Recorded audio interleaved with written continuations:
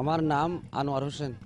আমার নিজ বাড়ি হলো চকরিয়া। আমি এখানে কক্সবাজারে থাকি আজ 24 বছর ধরে। আমি এখানে মাছের ব্যবসা করি, ঘর করছি, বাড়ি করছি।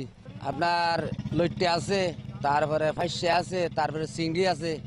এইগুলা এই কাঁচা মাছের ব্যবসা, এই ব্যবসাগুলো করে আমার সংসার চালাই আমি।